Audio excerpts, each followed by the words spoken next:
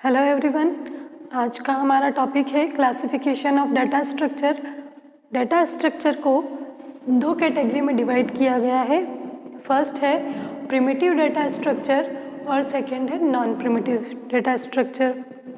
Primitive data structure क्या होते हैं? जो कि बेसिक डाटा स्ट्रक्चर होते हैं। इन्हें कंप्यूटर डायरेक्टली ऑपरेशन के लिए लेता है, मतलब जो इंस्ट्रक्शंस है ये क्या होता है, कंप्यूटर डायरेक्टली लेता है, इसीलिए इन्हें क्या कहा गया है, प्रिमिटिव डाटा स्ट्रक्चर कहा गया है। फिर नॉन प्रिमिटिव डाटा स्ट्रक्चर क्या होते हैं? ऐसे डाटा स्ट्रक्चर जो कि प्रिमिटिव डाटा स्ट्रक्चर से डिराइव किए गए हों, वो क्या कहलाएंगे, नॉन प्रिमिटिव डाटा स्ट्रक्चर। और नॉन प्रिमिटिव डाटा स्ट्रक्चर को यूज़र डिफाइंड डाटा स्ट्रक्चर भी कहते हैं। अब जैसे नॉन प्रिमिटिव डाटा स्ट्रक्चर, जैसे हमने डायग्राम में देखा कि डाटा स्ट्रक्चर जिसके दो पार्ट है, प्रिमिटिव और non primitive data structure. Non primitive data structure का वर्क क्या होता है, ये किस टाइप में होते हैं, ये होमोजीनियस डेटा आइटम को और हेट्रोजीनियस डेटा आइटम को क्या करते हैं, एक ग्रुप में डिवाइड कर देते हैं। होमोजीनियस मतलब सेम डेटा टाइप के, वो इंटीजर हो सकते हैं, फ्लोट हो सकते हैं, कैरेक्टर हो सकता है, स्ट्रिंग हो सकता है, मतलब जो डेटा टाइप होगा उसका क्या होगा, सबका एक जैसा होगा। तो वो क्या करेगा कि सेम होमोजीनियस डेटा का ग्रुप बना देगा और एक हेट्रोजीनियस डेटा का ग्रुप बना देगा। हेट्रोजीनियस डेटा मतलब अलग अलग डेटा टाइप के नंबर्स, जिनको क्या करेगा, वो एक ग्रुप में कर देगा। नेक्स्ट हम देखें, जैसे इसका फिर से क्लासिफिकेशन होता है। डेटा स्ट्रक्चर तो दो पार्ट में क्लासिफाइड हुआ है, प्रिमिटिव और नॉन प्रिमिटिव। नेक्स्ट होता है प्रिमिटिव डाटा स्ट्रक्चर के अंदर ये चार पार्ट में डिवाइड हुआ है, इंटीजर, फ्लोट, कैरेक्टर और पॉइंटर। तो सबसे पहले हम देखें कि इंटीजर डाटा स्ट्रक्चर, ये डाटा स्ट्रक्चर क्या होता है। इंटीजर डाटा स्ट्रक्चर के अंदर कुछ नंबर्स आते हैं, 2, 3, 4, 5।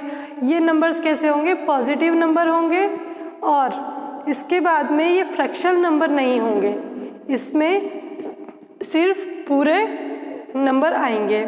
तो ये क्या कहलाएगा, इंटीजर कहलाएगा। नेक्स्ट है फ्लोट। फ्लोट डाटा स्ट्रक्चर में फ्रैक्शनल नंबर आते हैं, इट मीन्स पॉइंट्स वाले नंबर इसमें आते हैं। नेक्स्ट है कैरेक्टर। कैरेक्टर किसी एक कैरेक्टर को रिप्रेजेंट करने के लिए यूज़ किया जाता है। इसी तरीके से स्ट्रिंग होती है। स्ट्रिंग क्या करती है, ये पूरा वर्ड को रिप्रेजेंट करती है, लेकिन कैरेक्टर क्या करेगा, सिर्फ एक ही कैरेक्टर को रिप्रेजेंट करता है। अब पॉइंटर क्या होता है, जैसे हम प्रोग्राम में देखें तो पॉइंटर को इस तरीके से शो किया जाता है, लेकिन पॉइंटर होता क्या है, पॉइंटर किसी दूसरे एलिमेंट के एड्रेस को अपने पास सेव करके रखता है। ये क्या कहलाता है, पॉइंटर कहलाता है। ये हमारे थे प्रिमिटिव डाटा स्ट्रक्चर। अब हम देखेंगे नॉन प्रिमिटिव डाटा स्ट्रक्चर क्या होते हैं। नॉन प्रिमिटिव डाटा स्ट्रक्चर में आता है अरे, लिस्ट और फाइल। अरे क्या होता है, जो सेम डेटा टाइप को एक ग्रुप में कन्वर्ट करना, एक ही ग्रुप में रखना, वो क्या कहलाता है, अरे। जैसे कि एग्जाम्पल के लिए देखें हम कि अगर किसी स्कूल के स्टूडेंट्स की लिस्ट बनानी हो, तो प्रोग्राम में हम क्या करें कि हर स्टूडेंट के लिए एक अलग कैरेक्टर को या अलग स्ट्रिंग को डिफाइन करें, या फिर उनका एक अरे बना दें, क्योंकि जैसे नाम जो होता है वो सबका सेम होता है, कैरेक्टर में ही आएगा, स्ट्रिंग में ही आएगा। तो हमने क्या करा, स्ट्रिंग को डिफाइन करा। अगर हमने जैसे 10 लोगों को प्रोग्राम में क्या करना है, डिफाइन करना है 10 लोगों का नाम, तो हमको 10 बार स्ट्रिंग को क्या करना पड़ेगा, डिफाइन करना पड़ेगा।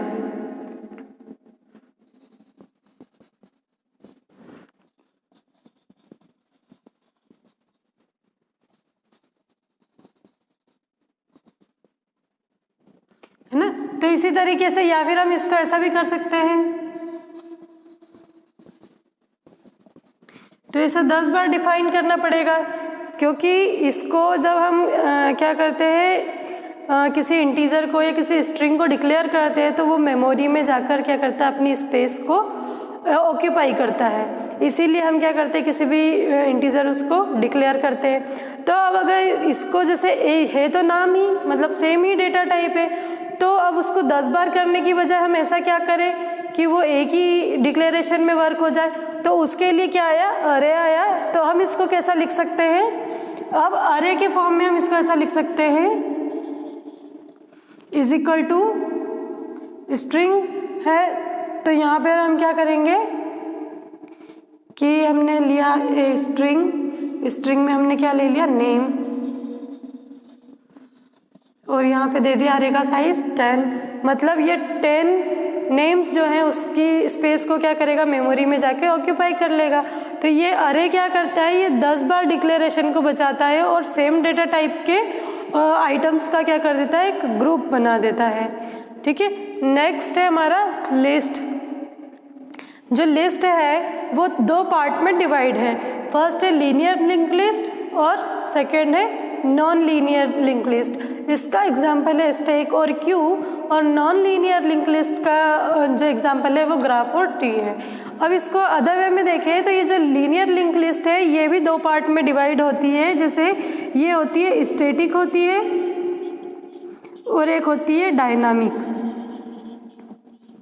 अब स्टैटिक और डायनामिक क्या होता है, जब स्टैटिक इट मीन्स इसमें जब हम इसको क्या करते हैं, कंपाइलेशन टाइम पर या प्रोग्राम के बनाने के टाइम पर ही जो भी हम इसमें साइज़ देते हैं वो इसका साइज़ जो है रन टाइम पर भी वही रहेगा, ये चेंज नहीं होता है। तो ये क्या कहलाता है, स्टैटिक लीनियर लिस्ट। और डायनामिक क्या होता है, डायनामिक इट मीन्स वो रन टाइम पर उसका क्या साइज़ चेंज हो सकता है। जैसे कंपाइल टाइम पर हमने उसका साइज़ कुछ और डिक्लेयर किया और अगर उसे और नीड हो रही है स्पेस की तो वो क्या कर लेगा, डायनेमिकली वो चेंज कर सकता है। तो इसी तरीके से ये कितने टाइप के हुए, स्टैटिक और डायनामिक।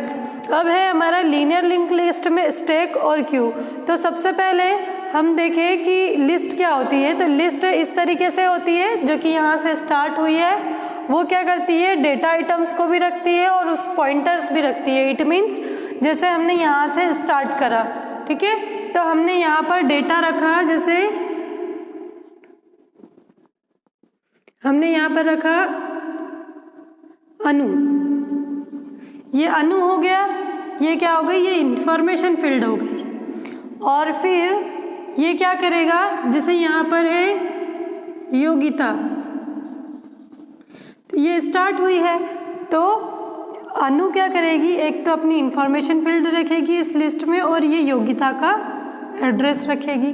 जो नेक्स्ट वाली लिस्ट है उसका एड्रेस रखती है। इट मीन्स ये क्या हो गई, इंफॉर्मेशन फील्ड हो गई और ये वाली क्या हो गई, पॉइंटर फील्ड हो गई।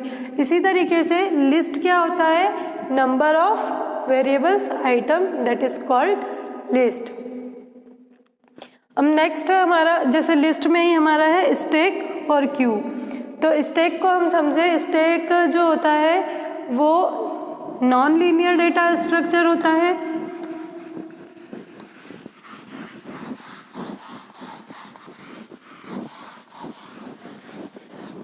इसका डायग्राम हम इस तरीके से देख सकते हैं।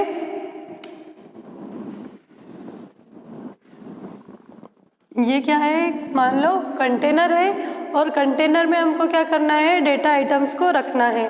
तो स्टैक में हमारे डेटा आइटम्स इस तरीके से रखे हुए हैं। तो इसमें स्टैक में जो मतलब एलिमेंट को ऐड करना और एलिमेंट को रिमूव करना, ये एक ही एंड से होता है। मतलब यहाँ से अगर हम इसको ऐड कर रहे हैं तो इसी एंड से हमको क्या करना पड़ेगा, रिमूव करना पड़ेगा। क्लियर है। अब इसमें ऐड और रिमूव जो होता है वो किस ऑपरेशन से होता है, ऐड के लिए हम पुश ऑपरेशन का यूज़ करते हैं और रिमूव के लिए पॉप ऑपरेशन का यूज़ करते हैं।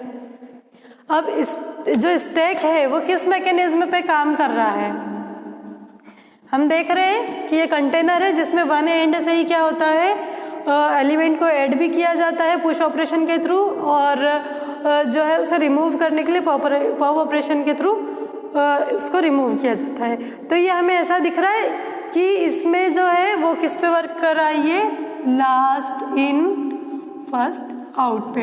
इट मीन्स हमने पहले फर्स्ट ट्रे रखी, फिर second, third, fourth, fifth, six, seventh, 8, 9 और ये 10th और ये 11। तो सबसे पहले जब हम रिमूव करने जाएंगे किसके थ्रू, पॉप ऑपरेशन के थ्रू, तो कौन सी वाली रिमूव होगी, तो 11 नंबर की रिमूव होगी। इट मीन्स जो सबसे लास्ट में आई थी वो सबसे फर्स्ट में रिमूव होगी। हम इसमें ट्रे का एग्जाम्पल ले सकते हैं। जब हम बेंच पे क्या करते हैं, हम पार्टीज पे जाते हैं तो प्लेट्स कैसी रखी होती है, एक के ऊपर एक रखी होती है, और जो प्लेट सबसे लास्ट में रखी होती है उसी प्लेट को सबसे पहले निकाला जाता है। तो ये क्या होता है हमारा स्टैक, जिसमें ये क्या लास्ट इन फर्स्ट आउट पर वर्क कर रहा है, और इसके लिए एलिमेंट को ऐड करने के लिए पुश ऑपरेशन का यूज़ किया जा रहा है, और एलिमेंट को रिमूव करने के लिए पॉप ऑपरेशन का यूज़ किया जा रहा है।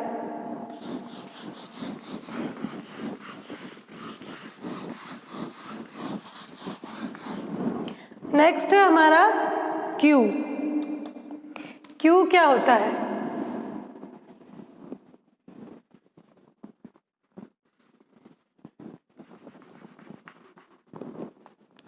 क्यू इस तरीके से होता है। ये किस पे वर्क करता है, फीफो मैकेनिज्म पे। इट मीन्स फीफो का मतलब क्या होगा, फर्स्ट इन फर्स्ट आउट। मतलब ये एलिमेंट है 1 2 3 4 5, ठीक है। तो इसमें जो एलिमेंट सबसे पहले आएगा वो सबसे पहले रिमूव होगा। तो इसमें क्या होगा, जैसे कि जब किसी भी एलिमेंट को ऐड करवाना हो तो ये होता है रियर और ये होता है फ्रंट। रियर के थ्रू क्या किया, रियर एंड होता है, इसको रियर एंड बोलते हैं, और इसको बोलते हैं फ्रंट एंड। तो रियर एंड के थ्रू क्या किया जाता है, डेटा एलिमेंट को ऐड किया जाता है, और फ्रंट एंड के थ्रू डेटा एंड को क्या किया जाता है, रिमूव किया जाता है। अगर इसका रियल लाइफ एग्जांपल देखें तो जब भी हम जैसे बिजली बिल भरने जाते हैं तो हमें क्या करना पड़ता है, एक लाइन बनानी पड़ती है। तो जो सबसे पहले आकर लाइन में खड़ा होगा वो सबसे पहले बिल पे करके निकलेगा, और जो सबसे लास्ट में लाइन में आकर खड़ा रहेगा वो सबसे लास्ट में आकर निकलेगा। मतलब वो किस पे वर्क कर रहा है, फर्स्ट इन फर्स्ट आउट पे, जिसमें कि जो इंटर होगा वो रियर एंड से होगा और जो रिमूव होगा वो किससे होगा, फ्रंट एंड से होगा। नेक्स्ट है हमारा ग्राफ, जो नॉन लीनियर लिस्ट में आता है। नॉन लीनियर लिस्ट में ग्राफ क्या होता है,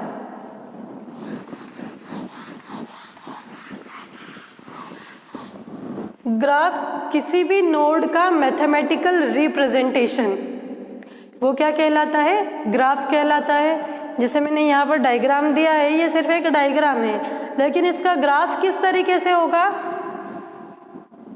इसमें डिफरेंट नोड क्या होते हैं, एक दूसरे से कनेक्ट होते हैं।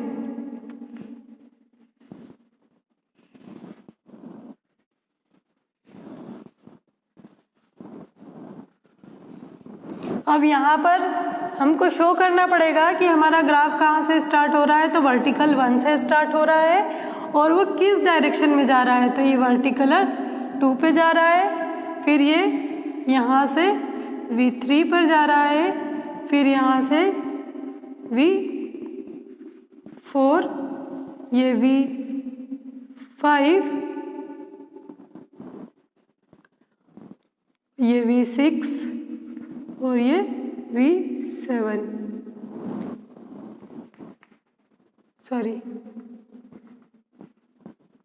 ये V5 और ये V6।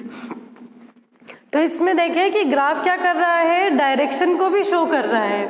ये जो कहलाते हैं हमारे वर्टिकल, तो इसमें इस डायग्राम में देखें हम वर्टिकल कितने हैं, 1 2 3 4 5 और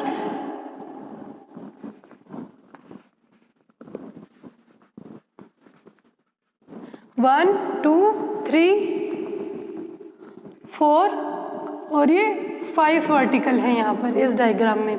तो ग्राफ किसका कॉम्बिनेशन होता है, वर्टिकल और एजेस का, जो कि किसी भी नोड के क्या बताएगा, ग्राफिकल रिप्रेजेंटेशन को बताएगा। तो ये जो V1 V2 V3 V4 और ये V5, ये क्या कहलाएंगे, हमारे नोड कहलाएंगे। V1, V2, V3, V4 और ये V5। अब ये क्या कहलाएंगे, ये जो है डायरेक्शन भी बता रहा है कि नोड V1 से V2 की ओर जा रहा है। ये इसको एज से रिप्रेजेंट करते हैं, E1, E2, E3, E4, ये E5। तो ये क्या है,